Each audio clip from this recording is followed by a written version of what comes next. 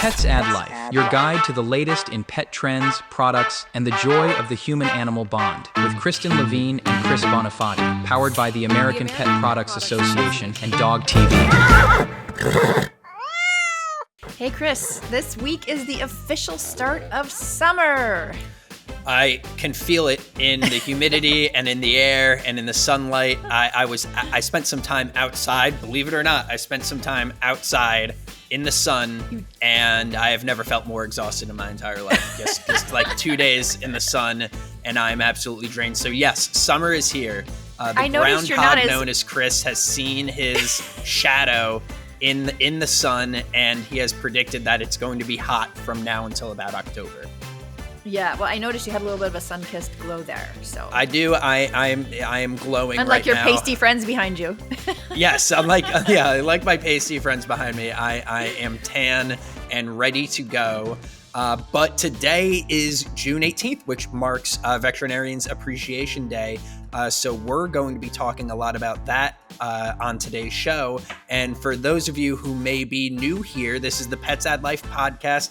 I'm Chris, joined as always by Kristen. Today, we are going to be sharing with you two great stories, two excellent products, speak with two veterinarians today, actually, and then we're going to be answering two questions from you all, our listeners, helping you with your day-to-day life with your pets. So I can't wait. It's going to be a good one, right, Kristen? It's always a good one. Always. Yeah, Always. It's never not a good one. So let's go ahead and jump right into our first segment. Kristen and Chris present Storytime. All right, so my story today came to me from a friend yesterday. She shared, tell me if you've ever heard of this. It's called the Comedy Pet Photography Awards. I'd never heard of this before. What? That sounds like three different things. It does. It's a very odd name. But now I'm piecing it together on what it could be now. So go ahead. The website is comedypetphoto.com. And apparently this is a contest that happens every single year. You can go to the website and you can see the gallery of winners for this year, 2024. And, I highly encourage our listeners to check this out. We'll put the link in the show notes. These pictures made me laugh out loud. They were just so cute and uplifting and funny. And I'll tell you, the winner was, well, I don't know. Maybe I shouldn't tell you what the winner is. Okay, let me go ahead and tell you. I'll tell you what the winner is, but you still have to see it for yourself. It's and these are not professional photographers. These are just people taking great pictures of their pets doing funny things. And the winner is a Cocker Spaniel who's trying to get through a cat door, and he clearly doesn't fit. And his owner said he watches the cats do it all the time, and he can't figure out why he can't just go through the door. So it's really cute. That is hilarious. I think I've seen some of these pictures before, because now that you mention it, it seems super familiar. But I'm definitely going to have to check it out. If there's any type of content that I enjoy, it's animals being silly. Well, and we all have thousands of pictures of our pets on our phone. So you might want to scroll through and submit one or two of them for next year. Yeah, I have a video of my cat attempting to drink water from the sink, but she sort of just placed her head under the stream of water and is lapping up air as the water just sort of goes around the side of her face. And I was looking at her like, you're not drinking water. Like, do you think you're drinking water right now? Because you're not. I think she's been watching you in the shower with the water. Well, she does do that. She is one of those cats to sort of pat away the shower curtain so that she could stare, which is weird. And I've never really understood why. It's not like every cat does that. It's like a some cat type deal. So any animal behavior experts out there that want to write to me and let me know why my cats become a perv, that would be great. My story, I am marking, because summer has begun. I am marking the end of my run of summer-based products and stories with this last final episode here. So my story is more of a PSA. It is getting hot out, and there are certain things that you should be aware of as a pet owner, especially some new pet owners who may have just gotten a pet in spring while the weather is nice, and now we're getting into the dog days of summer. And there's some things that you should know about on how to properly take care of your animals, some signs to look at. And the first thing is, if you usually walk your dog at like 2 p.m., don't, especially when we're hitting in some of these places in triple digits. Just don't. Save walk time for the cooler parts of the day. Your dog will thank you. Dogs especially have, in certain breeds, have a difficult time regulating their heat. You'll see them panting a lot. And the thing about dogs is they'll do anything to make you happy. So they'll tough through it. And you don't want to make your dog tough through a walk. A walk is supposed to be an enjoyable, leisurely part of the day. This one's obvious. Don't leave them in the car for any reason ever, no matter what. Just don't do it. I'm not going to go more into it. If you don't need to say more. Yeah, exactly. I don't need to say more. Next, if you've been listening to the show, I've been recommending some great products, and I have another one later on how to keep your dog or cat well hydrated and nice and cool. So be sure to leverage those things like water bottles. I have a great water bottle recommendation coming up on the show, and things like even just kiddie pools. Fill them up and throw it in the yard and let the dog play at their own leisure, because when they're not under the pressure. Kiddie, Kiddie pool, not kitty pool, yes. Right? Not a kitten pool, which I don't think the cats would enjoy. And then finally, just know what your animal's normal behavior looks like. And if there's a change in behavior, especially over the course of an extended period, you should get your dog to an emergency veterinarian, because they may be suffering from the effects of a heat stroke. So just think about all these things as you're enjoying summer. Understand that our furry friends don't have the option of putting on a bikini or something, a little less modest. And they can't take that fur coat off either. Yeah, they try to. You might notice your animals are shedding a lot right now because they're trying to, but still, they do have difficulty regulating their bodies with the heat. But we can help as their caretakers. So follow some of those tips, and you're going to have a nice, enjoyable, and safe summer. So, Chris, our next guest is a veterinarian, but actually a veterinary celebrity from an Animal Planet show. Really? I mean, I feel as though all veterinarians should be celebrities, but what makes this one so special? Well, a million things for starters, but he used to have a show on Animal Planet called Hanging with the Hendersons, because his brother and his father are all veterinarians. Oh, wow. He's also a musician, and we're going to talk more about what he's got coming up next, but I'm really excited about it. Excellent. Let's jump right on in. Beyond the Leash, exploring the untold stories of pet passion and professionalism. Joining us now is Dr. Ross Henderson, a renowned veterinarian who has gained popularity not just for his exceptional veterinary skills, but also his compassionate approach and his unique ability to connect with both pets and their owners through music. This is a great time to have Dr. Henderson on the show, because as we know, we've been talking about all day, today is Veterinarian Appreciation Day. And this coming Saturday, June 21st, is going to be World Music Day, where we are going to be launching Dr. Henderson's new show, Bedtime Ballads, on DOGTV. I know that was a lot of info right at the front, but let's get straight into it. Dr. Henderson, how are you doing today? I'm doing great. Super excited. Thank you guys for having me on. Absolutely. Welcome. Absolutely. So let's jump right into it. And first, my first question is really about your background and how you came and arrived at a place where you saw blending music and practical, scientific approach as a healing aspect for animals. For sure. I think probably the concise version is growing up with my dad being a vet in a family practice, knowing that I wanted to be a veterinarian, playing music since I was in second grade, piano that evolved into guitar, that evolved into music production. In college, I had a little identity crisis. I was like, man, I really enjoy music. I enjoy vet med. I got to pick one.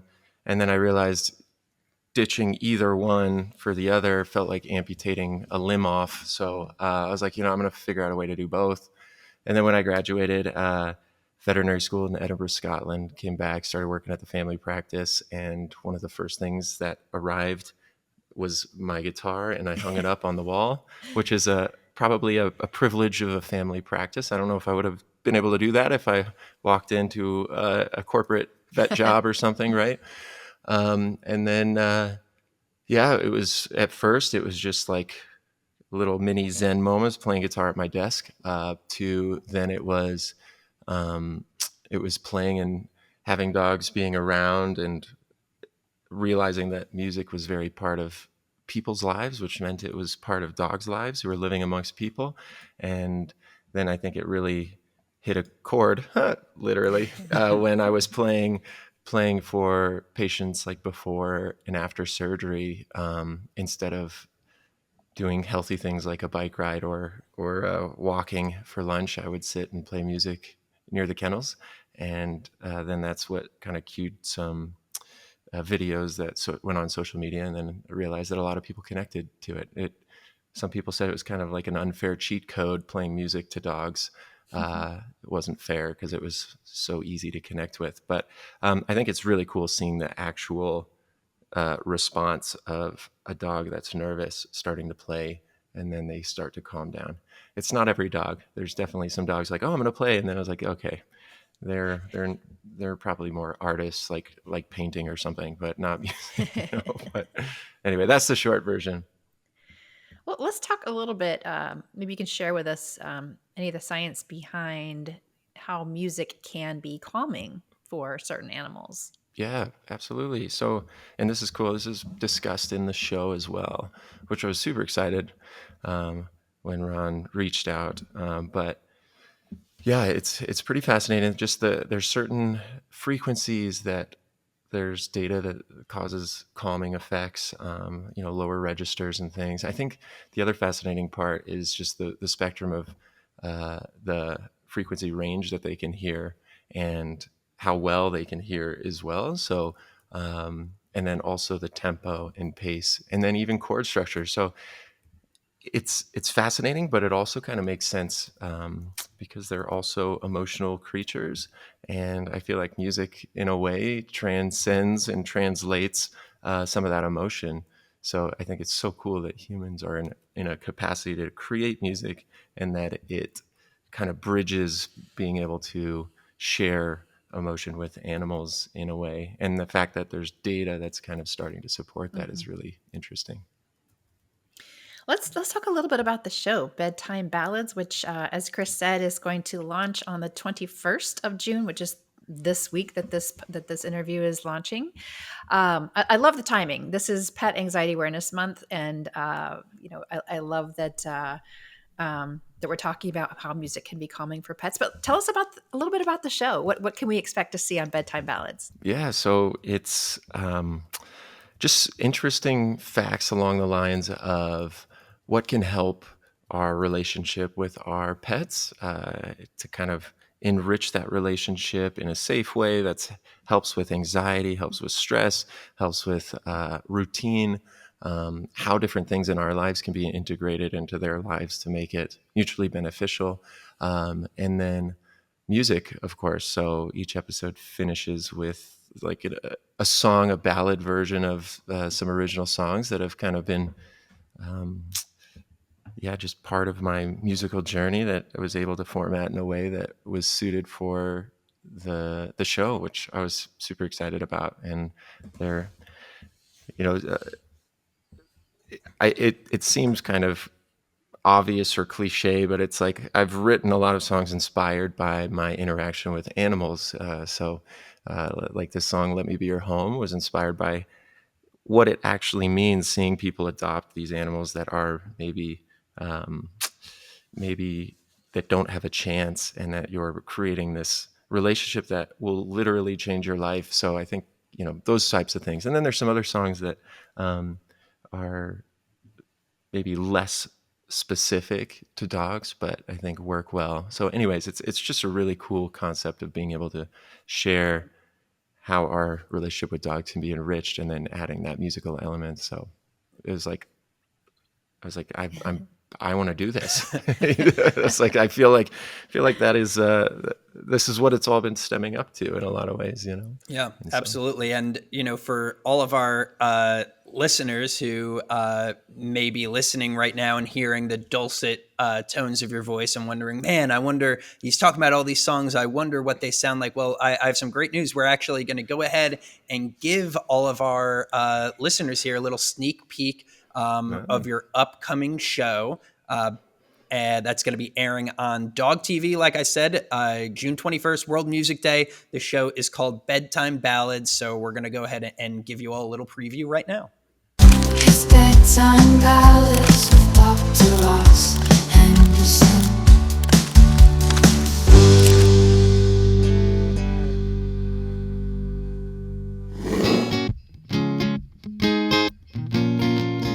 Hello, pet lovers. I am Dr. Ross Henderson, and today we are diving into the fascinating topic of the power of music and how it specifically affects our furry friends' mood and stress levels. Have you ever noticed your dog relaxing to the sound of a soft melody? Well, there's science behind that scene. Music isn't just a human pleasure.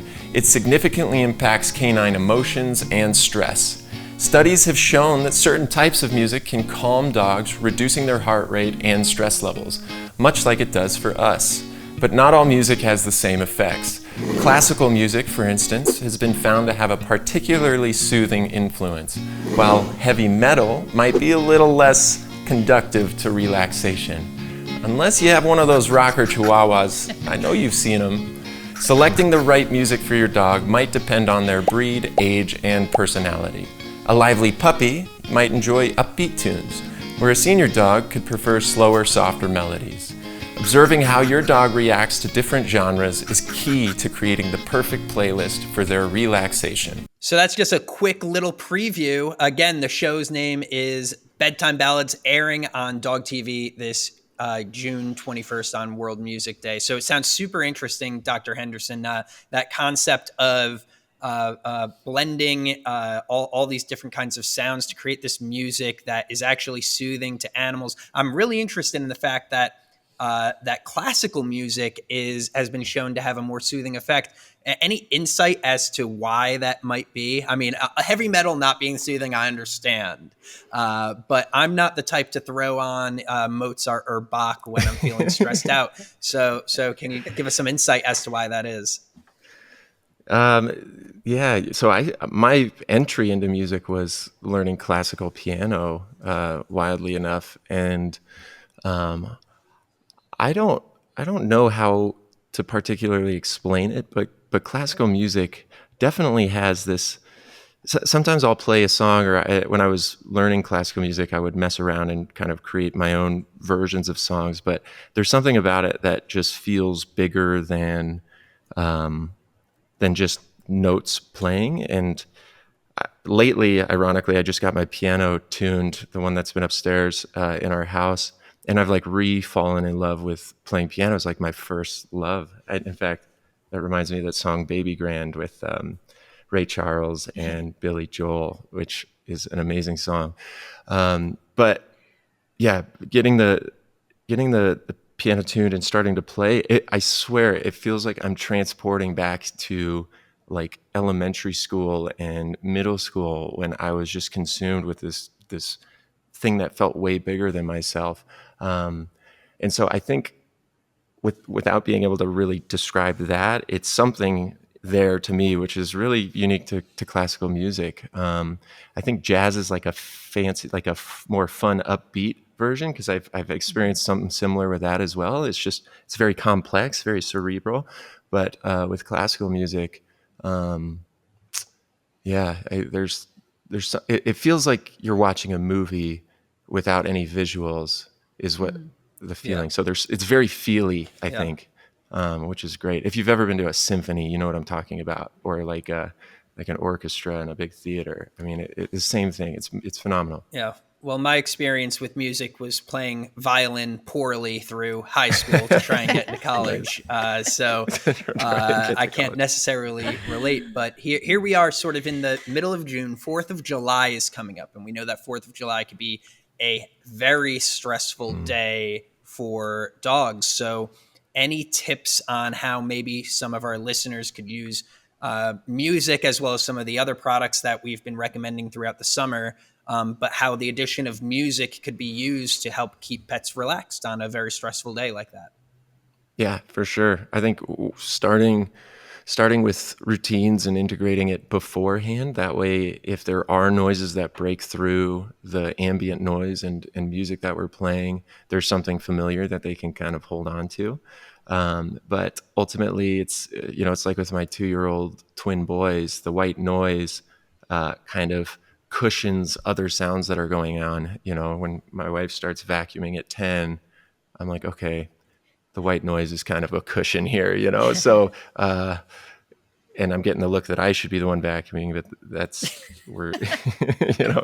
but anyways, the music is great. It adds a constant. And if that constant is something that they're familiar with, dogs are creatures of habit, so routine is really secure for them, and then obviously if there's exceptions, right? So like my dog's very sound averse. And there's times where I do get worried about like her injuring herself or anything like that. That's where conversations with your veterinarian would be very practical, just to kind of prepare for those times, which is, we're all used to that. You're not going to surprise any vet if you go in and say, hey, my dog loses their mind and starts chewing the wall and poops themselves, which is what we want to avoid, right? Well, Dr. Henderson, where else can we hear your music? Obviously, we'll be eagerly awaiting the launch of Bedtime Ballads on DOGTV, but are there other places we can find it? Yeah, so there's the streaming services. We've got a few songs up there, so just under my name, Ross Henderson. There's one little experiment I did. It's like this pop music production called Doc Ross. It was like Dr. Dre can do it, and I'm actually a doctor. Like, come on. So, That's great. But it's DOCROSS. That song is actually really fun. I love that song. And then a band that we had formed in the middle of COVID called Wild Goose Chase. Those songs are great. Female vocalists. It's just a blast. And then I had twins, and then I stopped playing music for the rest of my life. It feels like that sometimes, right? Yeah, feels like that sometimes. Yeah. Right? Well, thank you so much, Dr. Henderson, for sharing your story with us, coming on the show today, and for all the helpful tips. Again, new show, Bedtime Ballads, June 21st. Be sure to check it out on DOGTV. But until then, we'll just have to wait and see what Dr. Henderson does next. Perfect. Thank you, guys. That was a great talk, and Dr. Henderson has such a calming energy around him. I'm pretty sure if he went into any profession, he would be talking about its calming effects on animals. Like if he decided to become like a part-time baker, he'd be like, pastries could calm your dogs too. And it's just because he's just so calming to be around. It's contagious. I feel better now. All my worries and angst is disappeared into the ether. He is the direct opposite of you, Chris, in terms of energy. Exactly. Like, yeah. I mean, he's got good energy, but he's just so smooth and even-keeled. And yeah, I would say I'm calmer that now that we've talked to him. In some type of fictional relationship, he would be like the super cool superhero, and I would be the maniacal villain. And he'd use the power of music to save the day and make all the dogs stop barking at me. I'm taking this down now. I've got this is a whole spin-off show. This is a whole spin-off show. I hope DOGTV's listening, because this is gold. This is gold. Let's move on. Let's just keep the show going before we get too off the rails and move on to our next. I think Ron fell off his chair. Oh, there he is. Yeah, he fell off his chair. It's over. I've killed our producer, and we're gonna move on to the next segment now. Our next guest on the show is a close colleague and friend of ours, Dr. Dana Varble with the NAVC. She's going to bring a wealth of knowledge and experience to veterinarian medicine. We've got a lot of leading trends here. And as I teased before, it's Veterinarian Appreciation Day. So she's going to share some stories around that and give you some tips on how to show your veterinarian some appreciation on this beautiful Tuesday. So let's listen in. Pets add life. Well, I am very excited to introduce our guest today, Dr. Dana Varble. She is the Chief Veterinary Officer of NAVC, which stands for the North American Veterinary Community. Welcome, Dr. Varble. Oh, thank you so much for having me today. You know, I've actually, I've kind of met you before at the VMX show, but you're always so busy. You're here, you're there, you're everywhere. Yeah, I just have like 28,000 people to say hi to that week, so sometimes it's hard. I try and say hi to everybody, but sometimes I miss a few. I'll admit it. Yeah. Well, we wanted to have you on the show today because today, the day we're recording the show, which is the day the show drops, which is June 18th, is National Veterinary Appreciation Day. And what better guest to have than a veterinarian who helps so many veterinarians. So I'm glad that you could join us today. Yeah, thank you. It's a really exciting day for us. It's a good day for me because I get to appreciate all the people I work with and all the people I work for. So it's doubly important to me. First, for some context for our listeners who may not understand what NAVC is or what a chief veterinarian officer may do, can you describe a bit your role and how you interact with all these amazing vets from around the country?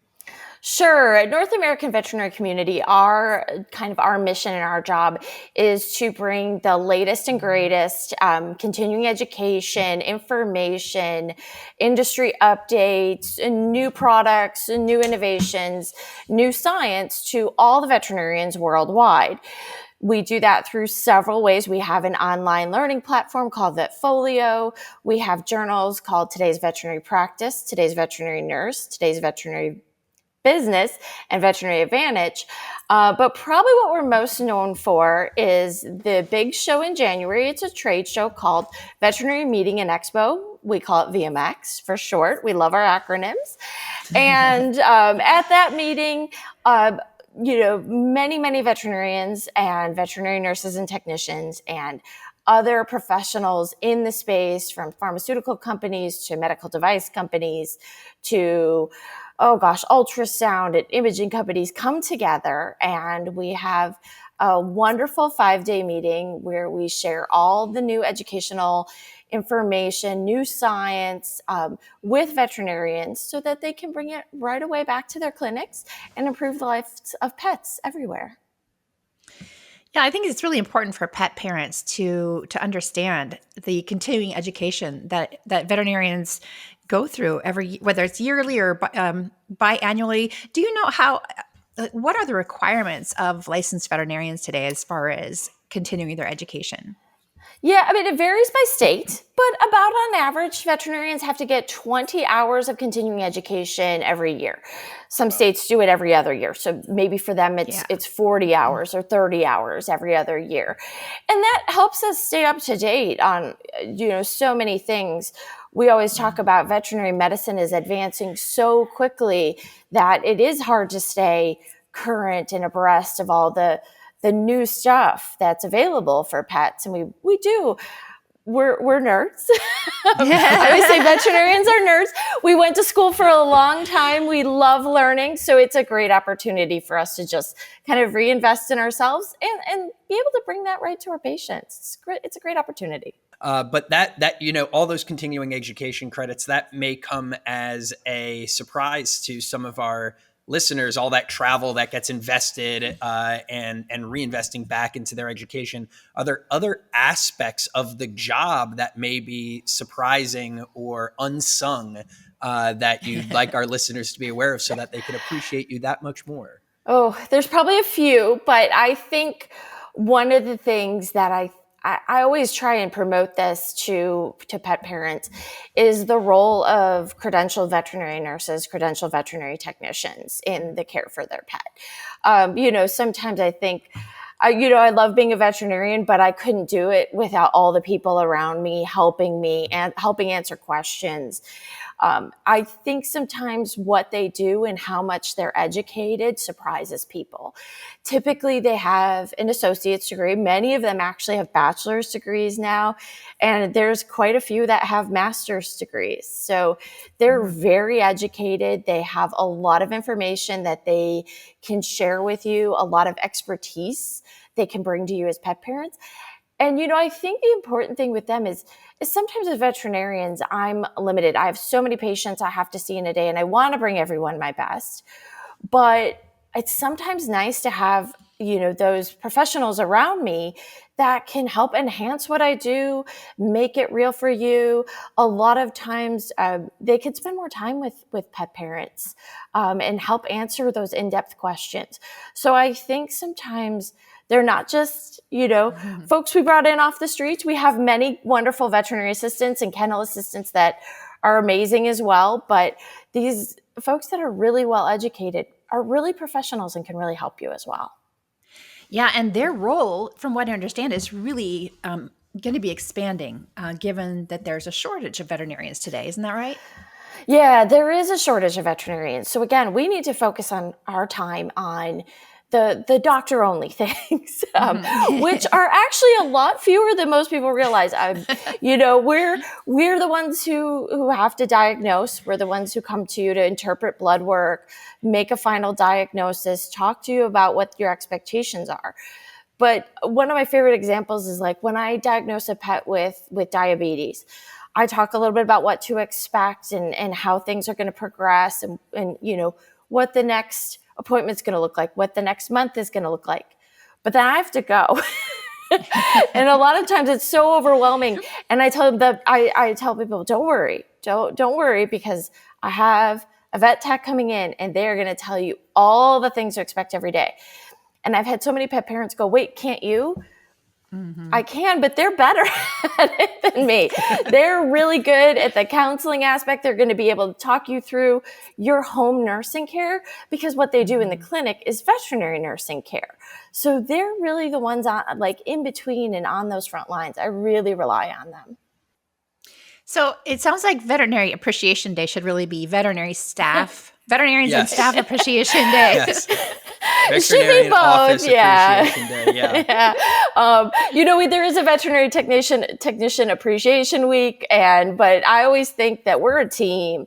Medical care is a team. You don't go into your doctor's office without the help of nurses and the front office staff. You don't go into your veterinary office without that either. So, we all need each other. Absolutely. So there's a shortage of veterinarians. The roles of the vet techs and assistants are expanding. You mentioned that some of these folks have either associates or bachelor degrees, which are relatively accessible nowadays. What advice might you have for a younger listener who may have that dream of being a veterinarian, and there may be some people in their life that are trying to talk them out of it? Do you have any words of advice for them? It's always a little bit challenging because this is, a lot of most veterinarians and a lot of veterinary technicians will tell you that they decided on their job when they were before they were in school. Yeah, 4. Yeah, 2, 3, 4. Yep. And it's amazing how many of them follow through. And we want them in this profession. We need people who are passionate in this profession. Unlike a lot of other professions, it is a career of passion. I never expected to make the kind of money a doctor or lawyer would. It's not a financially driven profession. I just love animals. I love helping people with animals and keep them healthy. So what I always tell young people is if that's your passion, you're going to find a way to make it work. Find a way to get involved with animal care now, volunteer at a local shelter, find a veterinarian in your neighborhood that maybe will let you come in and help walk the dogs or observe one day so you understand kind of what you're getting into, so to speak. But the other thing where a lot of NAVC is doing, and a lot of other veterinary organizations too, is where a lot of us are starting these pipeline events around the country. So we're going to places and we're trying to find folks that maybe can't volunteer at the shelter or don't have a veterinarian in their neighborhood. And we're trying to show you all of the interesting parts of veterinary medicine that will make you kind of create a good memory for kids. A lot of times we're doing these for middle school, grade school kids, and really build that passion in them because we know pet populations are growing, right? More people want pets. They want better care for their pets. So we're going to need more veterinarians. We're going to need more veterinary technicians in the future. How might our listeners go about finding that pipeline information if they have young children that are already talking about becoming veterinarians or veterinary technicians? Is there a central location to find that, or is it I just wish there was, but I will say this: state veterinary medical associations we're partnering with a lot of them, and a lot of them are working on these type events. The AVMA is doing some. The American Veterinary Medical Association. You can also always come to our website, NAVC.com. We're partnering with a group called Blend Vet, so blendvet.com, and they're bringing these pipeline events to underrepresented communities. So folks maybe of ethnicities or nationalities or backgrounds that don't typically get drawn to veterinary medicine, we're really trying to build that passion in them so we have a bigger pool of young people wanting to be veterinarians. I wanted to ask you, Dr. Varble, since it is Veterinary Appreciation Day, what would be the best way for pet parents listening to show that appreciation for their veterinary hospital and staff and all the people that take such great care of their pets? Oh, well, we're lucky as veterinarians because so many of our clients are already amazing people. These are pet people. These are animal people. And I'll be honest, it's never a bad thing. We get free coffee or someone drops off a plate of cookies quite frequently. Around the holidays, sometimes it gets a little challenging. You're like, I'm trying to eat good, but there's so many good cookies in the break room. If it's given to you for free, the calories don't count. They don't count, right? They don't count. Yeah. Yeah. But I'm going to share like a little story that I had because it's really meaningful. One of my first cases in veterinary school was a little Cocker Spaniel, and she had to have back surgery. And I have it to this day, but that owner had little cards made with her image, like a little drawing that was inspired by their pet on them. And she wrote me a little handwritten note. It cost her nothing, but honestly, like it gives me like the chills to think about it now. She wrote me a little handwritten note just saying, my dog did great. I know you were a big part of it. Thank you so much. Good luck in school. Wishing you the best. Signed her name. I've kept it since then. It's those little notes that, on a bad day, when cases don't go well, when things seem overwhelming, when veterinary medicine can be hard, we have patients that are sick, suffering.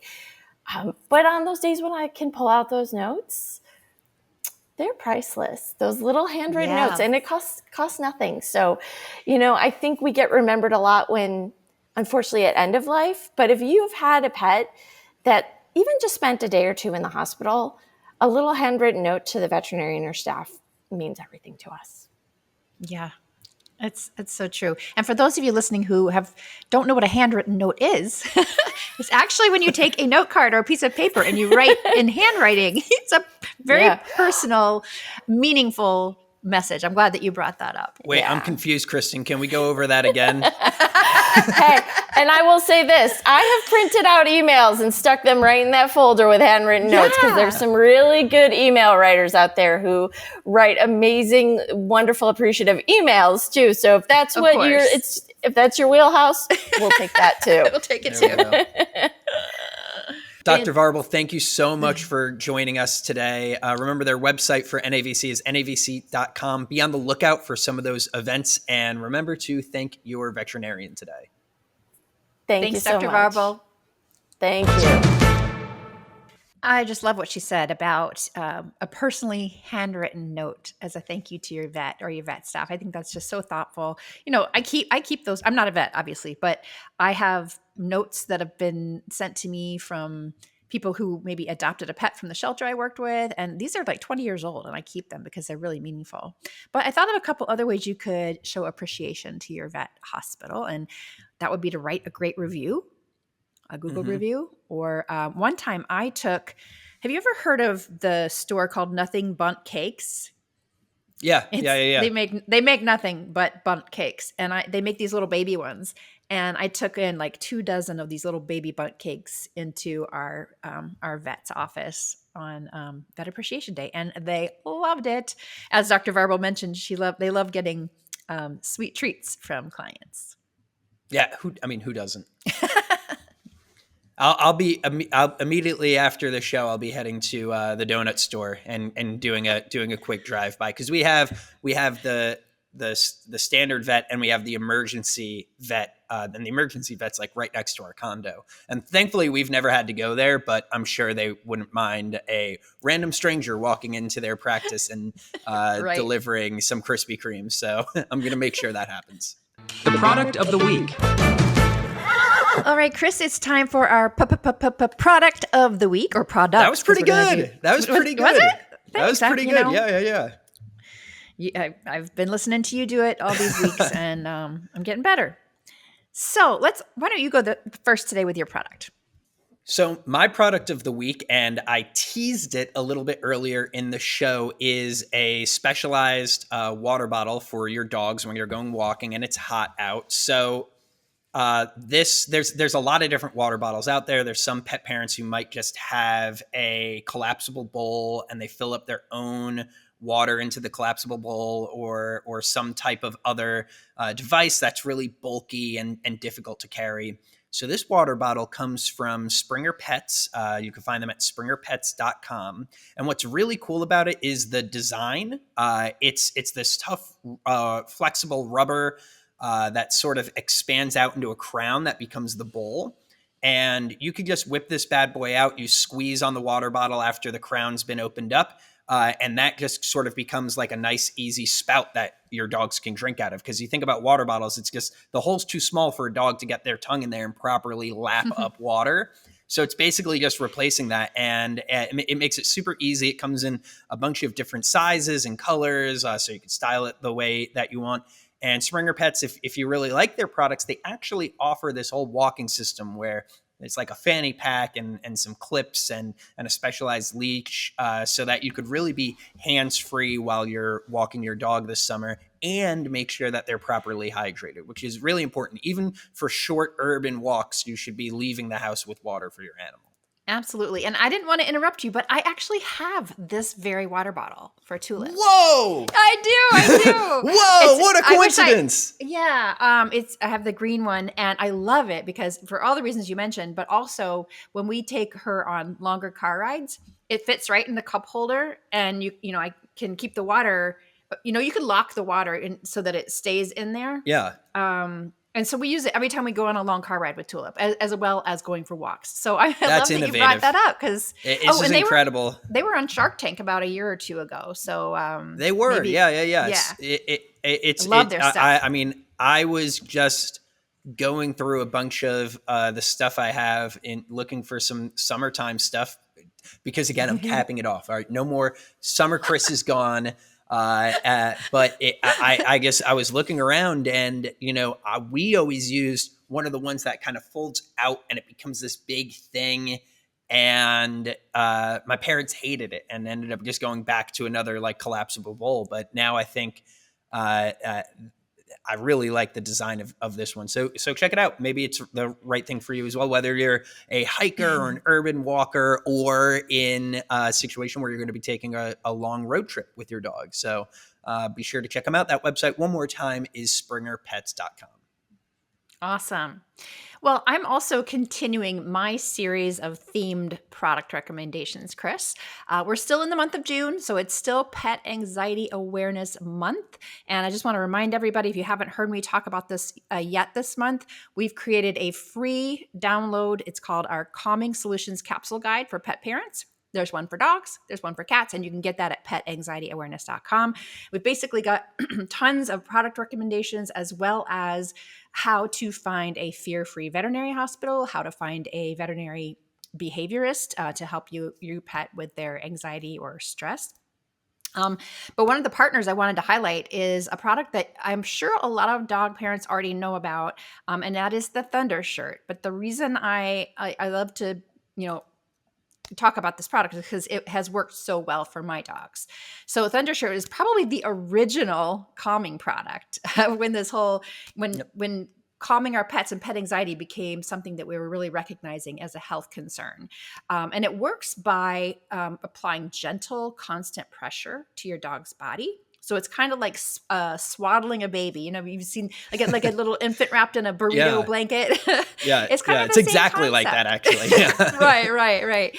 And it works 80% in 80% of the cases, it works. So it gets really great reviews. I will say that typically it works best if you're combining it with another calming product like music, which we're going to talk about, which we already spoke about, or calming treats or things like that. But anyway, we're big fans of the Thunder shirt, so check them out. They always have July 4th holiday specials going on, and there's also a savings code if you download that free capsule guide that I mentioned earlier. Great. Yeah. I mean, I've always been a fan of those products because who doesn't want to be swaddled like a baby? Right. I always they make it for cats too. Yes, they do. It's almost like a little like a weighted blanket effect. I don't know if you ever used a weighted blanket before. I have. It's great. It feels wonderful. There's a reason it works. I don't know why. Brains are weird, but it just releases the feel-good chemicals. So, hey, we'll take it. That's right. Q&As. And now it's time for my favorite segment of the show where we are going to answer 2 questions from our listeners. So, Kristen, why don't you do the honors and go ahead and pick a question? Sure. All right. So this first question is from Rachel in Orlando. And she said, I've heard that rabbits need a lot of space and mental stimulation. What are some enrichment activities or toys that are good for keeping my rabbit engaged and happy? And I like this question because I think that people don't always realize how social and how active rabbits can be, and that they do need more room than just their housing enclosure. And a girlfriend of mine just adopted 3 rabbits, and so I pinged her yesterday just to get some tips from her. And she said that her rabbits love tunnels, and rabbits like to go into little tunnels and hide. So you can use you can purchase tunnels, or you can make one out of some type of paper or cardboard. Also a digging box, which I had not heard of this, but you can create a digging box for your rabbit. You could just take maybe maybe a litter box or the bottom part of a cardboard box and put some sand in there. And because rabbits like to dig, you might notice that if you have a bunny, they might dig in your carpet. But this might be a better way for them to dig and, get some physical activity. And then it's also great to find those like kind of chew toys for rabbits, because rabbits have long teeth. And if you give them something to chew on that ideally are made for rabbits, it helps to wear those teeth down because they'll continue to grow if they don't have something to wear them down. So you definitely want to find some bunny chew toys. So those are great. Else? Yeah, those are great tips, Kristen. And my only addition would be, whenever we talk about stimulating your pet or animal, what you're trying to do is replicate what their life would be if they were in the wild, right? What their instincts tell them to do. So those are 3 great things that you gave, because those are natural activities that a rabbit in their natural habitat would be trying to do. That's what keeps them because animals, they don't really crave entertainment as much as they are seeking to survive, right? Yeah. And those survival activities trigger the same things in our brain that things like art or music or movies may trigger. So you're trying to stimulate that same kind of environment for them. So I think I have nothing else to add, because those are 3 that's a great ways point, to though. achieve that. All right. What's our next question, Chris? Our next question comes from Carlos in San Francisco, California. And Carlos asks, my cat has been grooming excessively and has developed bald spots, just like me. What could be causing this, and what steps can I take to address it? So this is a great question. And the good news is that your cat is likely not sick. The bad news is that your cat's probably really stressed out. So cats tend to overgroom or simply groom as a stress relief mechanism. And it's been found that when they are grooming too much, it's because they're not comfortable. So there's a few things that you can do to try to help make your cat a little bit more comfortable. Carlos, if you've moved homes recently, or if the cat is new to your home, or if you've just got another animal, or if you've had a baby, anything that has changed the circumstances of this animal's environment, that could be sort of what's playing into this. So the first is try to establish some consistency, and get the cat into some routine, less big surprises if you've had some big surprises lately. The second is create a hiding spot. So if you've ever seen like the memes of like cats trying to fit their way into like small boxes, that's because cats do like to hide.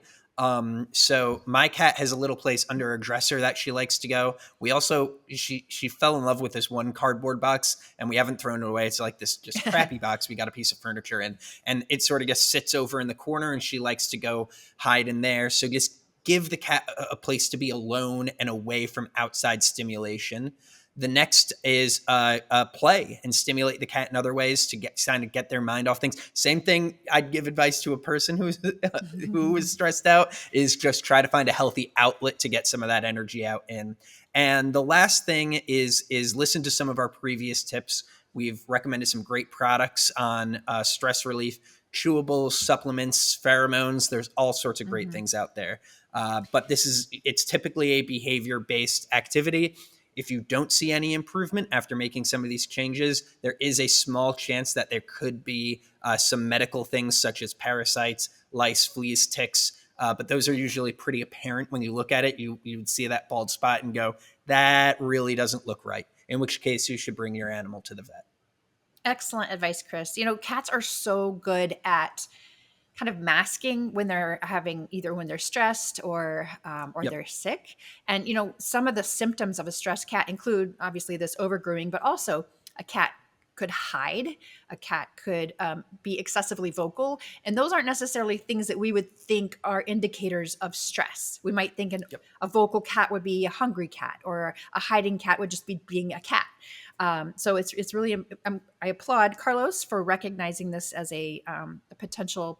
Obviously it's a problem, but cats are pretty mysterious. So if they're doing something out of the ordinary, it could be a symptom of a stressed kitty. Yep.